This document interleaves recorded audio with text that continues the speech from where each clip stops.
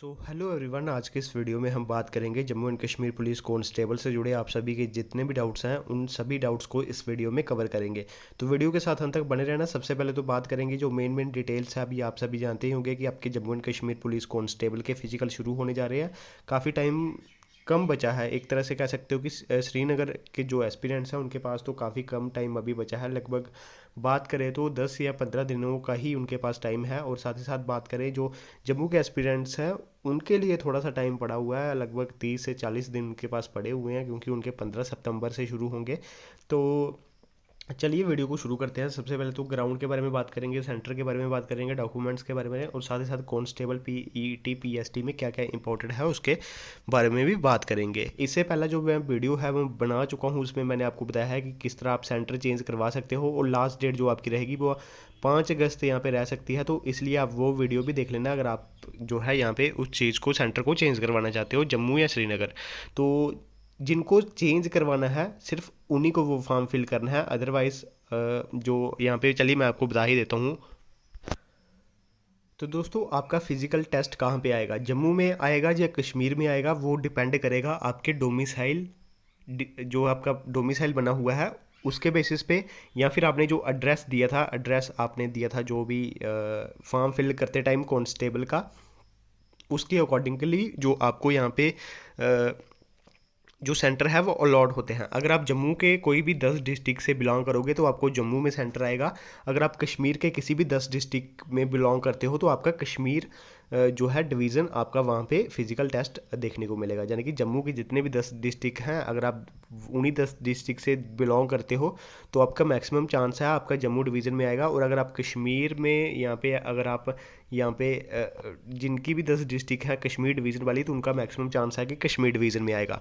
अब दोस्तों, इसको चेंज भी करा जा सकता है। अगर आप जम्मू या कश्मीर अपने हिसाब से रखना चाहते हो, उसकी लास्ट डेट 5 अगस्त है। 5 अगस्त के बाद चेंज नहीं होगा, ये ऑलरेडी जेकेएसएसबी ने कह दिया है। आप जेकेएसएसबी ऑफिस विजिट करके इसको चेंज करवा सकते हैं। इसे पिछला वाला वीडियो आप देख लेना, उस वीडियो में मैंने डिटेल वाइज यहाँ पे बताया है। तो चलिए बात करते हैं आगे, जो इंपॉर्टेंट बातें यहाँ पे रहती हैं। सबसे पहले तो फिजिकल स्टैंडर्ड टेस्ट की बात करें। फिजिकल स्टैंडर्ड टेस्ट यानी कि जिसमें आपकी हाइट मेजरमेंट होती है। और यहाँ पे सबसे पहले तो मैं आपको बता दूं कि मेल्स के लिए जो यहाँ पे हाइट रहेगी वो आपकी मिनिमम 5 फुट और 6 इंच आपकी हाइट होनी चाहिए। अब दोस्तों, यहाँ पे काफ़ी एस्पिरेंट्स के क्वेश्चन थे, हमारी 1 सेंटीमीटर, आधा सेंटीमीटर कम है तो क्या चल जाएगा।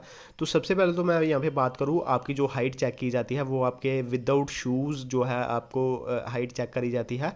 और जो डिजिटल मशीन्स वगैरह होती हैं वहाँ पे, जब जब पिछली बॉर्डर बटालियन की रिक्रूटमेंट, सब इंस्पेक्टर की रिक्रूटमेंट कंडक्ट करवाई गई थी, आपकी डिजिटल मशीन्स होती हैं। डिजिटल मशीन ही कैलकुलेट करती है आपकी कितनी हाइट है। ये सब डिजिटल मशीन्स के द्वारा करा जाता है। तो माइनर सा आपका हाइट का थोड़ा इशू बन रहा है, मे बी वहाँ पे उसको पास कर देते होंगे वो यहाँ पे। बाकी तो मैं बात करूँ तो डिजिटल मशीन्स लगी होती हैं, डिजिटल मशीन्स पे ही आपका पूरा डाटा आ जाता है कि आपकी कितने सेंटीमीटर हाइट है और कितनी नहीं। फिलहाल जो आपकी हाइट है 5 फुट और 6 इंच मिनिमम होनी ही होनी चाहिए। 5 फुट और 6 इंच जिसकी होगी वो पास होगा। उसके अलावा जिसकी थोड़ी सी कम होगी, मे भी वहाँ पे जाके आपको वहाँ पे पता चल जाए कि आप पास कर रहे हैं या नहीं कर रहे हैं। मैक्सिमम तो वहाँ पे डिजिटल मशीन्स ही होती है, उसमें तो कोई मिस्टेक वगैरह तो आ ही नहीं सकती। और उसके बाद दोस्तों बात करते हैं चेस्ट ग्रिथ को लेकर। तो चेस्ट जो है आपकी 32 अनएक्सपेंडेड चाहिए और 33.5 एक्सपेंडेड चाहिए। यानी कि जो 32 है, 32 इंचेस यहाँ पे बताई गई है, वो आपकी अनएक्सपेंडेड होनी चाहिए, यानी कि बिना फुलाव के। और जब आप फुलाव करोगे तो आपकी यहाँ पे 32.5 जो है आपकी इंचेस में आपकी हाइट, जो चेस्ट है वो होनी चाहिए। वो आप इसको सेंटीमीटर में भी कन्वर्ट कर लेना। तो ये सब आपका वहाँ पे रहता है। तो फुलाने में आपको मे बी चेस्ट जो है यहाँ पे, ये बॉयज़ का क्राइटेरिया रहता है जिसमें आपकी चेस्ट चेक करी जाती है। और इसमें जो है बॉयज़ को थोड़ा सा जो है टाइम भी दिया जाता है, एक बार नहीं होता है, मे बी उसको दूसरा टाइम दिया जाए। आप कम से कम पुशअप लगाइए, फिर उसके बाद आप जो है अपनी चेस्ट जो है वहाँ पे चेक करवाना। मतलब जैसे आपकी हाइट होती है, फिर उसके बाद अगला ऑप्शन होता है चेस्ट का। तो सबसे पहले हाइट चेस्ट करवाने से पहले अगर आप थोड़ा सा पुशअप्स वगैरह कर लेते हो तो मे बी थोड़ा सा फ़र्क वहाँ पे पड़ जाता है। तो ये चीज़ आप देख लेना। फीमेल्स की सिर्फ हाइट चेक करी जाती है, जो कि 5 फुट और 2 इंच मिनिमम आपकी यहाँ पे होनी चाहिए। ये आपका फिजिकल स्टैंडर्ड टेस्ट में रहता है। और रिलैक्सेशन बात करें तो फॉर द कैंडिडेट, जो गोरखा कम्युनिटी के एंड बोड ट्राइब यहाँ पे लिखा गया है, तो इन कैटेगरी के एस्पिरेंट को एज रिलैक्सेशन दी जाएगी 2 इंच की, यानी कि 5 फुट जो है चल जाएगी गोरखा कम्युनिटी और बौद्ध ट्राइब की।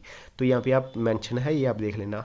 अब एंड्योरेंस टेस्ट की बात करें, एंड्योरेंस में आपका आ जाता है आपके पुशअप्स एंड रेस आ जाती है आपकी।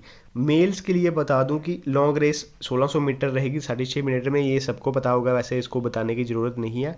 और यहाँ पे पुशअप्स लगाए गए हैं 20। अब यहाँ पे लिखा गया है 1 cycle of up and down to be counted as 1। तो यहाँ पे सिंपल सा मीनिंग है कि जब आप यहाँ पे बेंड होके फिर से वापस आओगे उस चीज़ को एक काउंट किया जाएगा, यानी कि वो आपका एक पुशअप हो गया। यानी कि सबसे पहले आपको यहाँ पे जो पोजीशन रहती है जिस पे आपको पुशअप लगाने हैं वो यहाँ पे होगा।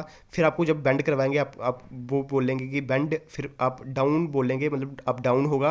फिर जब आप अप बोलेंगे फिर जाके आपका एक पुशअप काउंट होगा। इसी तरह आपको 20 पुशअप लगाने ही लगाने हैं, ये कंपलसरी है, इसमें कोई भी रिलैक्सेशन नहीं दी जाती है, ये सबको पास करने ही करने पड़ेंगे।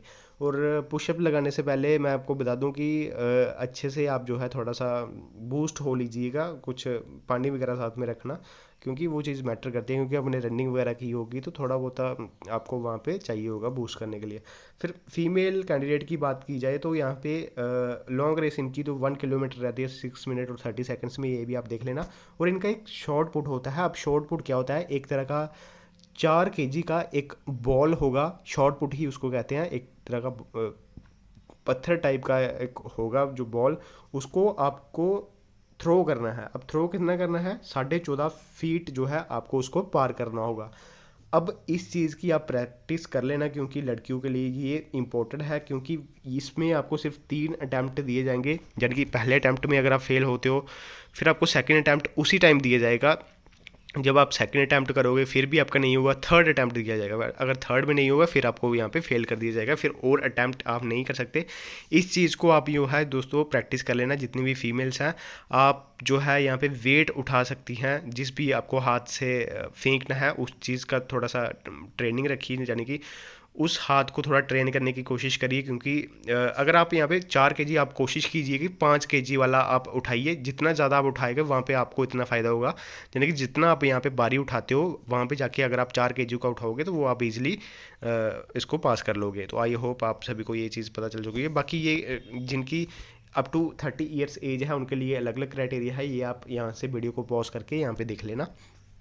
तो ये क्राइटेरिया बाकी है जो 30 से 40 ईयर्स के बीच में है, 30 ईयर्स अप टू है, एक्स सर्विसमैन के लिए क्राइटेरिया रखा गया है।